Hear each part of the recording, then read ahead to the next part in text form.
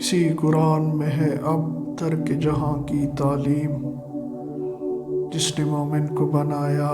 ماہ و پروی کا امیر۔ تن بتقدیر ہے آج ان کے عمل کا انداز، تین ہاں جن کے ارادوں میں خدا کی تقدیر۔ تاج نہ خوب بتدریج وہی خوب ہوا، کہ غلامی میں بدل جاتا ہے قوموں کا ضمیر۔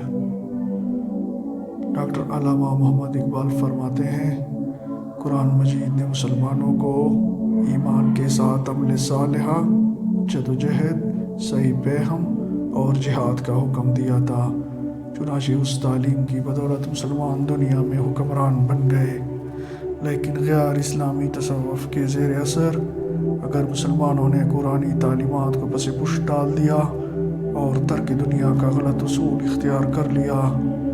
اور یہ سمجھ لیا کہ اسلام ترک دنیا کا حکم دیتا ہے، حالانکہ اسلام کی تعلیم یہ ہے کہ پہلے دنیا کو فتح کرو تاکہ اسلامی نظام قائم ہو سکے، پھر دنیا اور اس کی لذت کو اللہ کی خوشنودی کے لیے قربان کر دو۔ چنانچہ فاروق اعظم رضی اللہ عنہ کی سطوت کے سامنے کیسر و کسریٰ لرز برمدان تھے،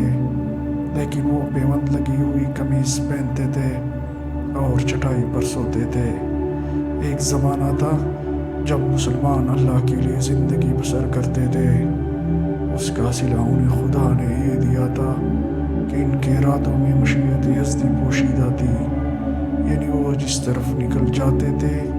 تائید یزدی ان کے ساتھ ہوتی تھی۔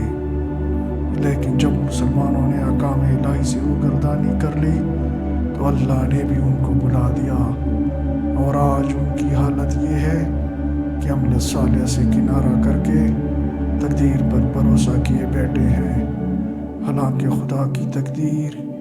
یعنی اس کا قانون یہ ہے کہ لیس للانسان الا ما سعی، انسان کو اللہ وہی عطا کرتا ہے جس کے لیے وہ کوشش کرتا ہے۔ بال کا مطلب یہ ہے